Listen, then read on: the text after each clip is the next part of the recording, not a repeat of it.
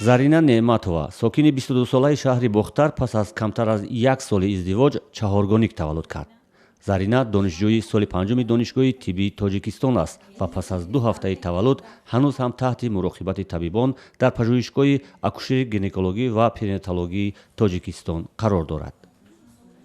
номи писарча ҳумоюн, ҳумайра, ҳурия ҳуснизар.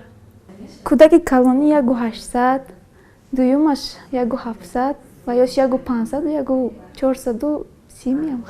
табибон иллати тӯлонӣ тақрибан 2 ҳафта дар бемористон нигоҳубин кардани чаҳоргоникҳои зарина неъматоваро ба вазъи сиҳатии кӯдакон иртибот медиҳанд.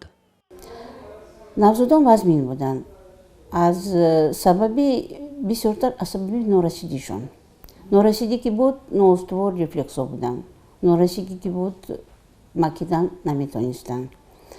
ширашон ғизошонро бо найча, баъдан бо шприц, баъдан бо мизроб ҳозираш ба кӯдаку синамаконӣ.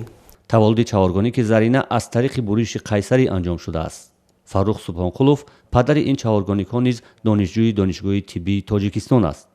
дар шаҳри душанбе ҳамроҳ бо ҳамсараш иҷоранишин аст ва ҳамзамон дар бемористони ёрии таъҷилии шаҳри душанбе дар бахши интернатура таҷрибаомӯз аст. мо интизорем ки ба мо давлат кӯмак мерасонад, барои ки мо айни ҳол ҳардумон донишҷӯ ҳастем.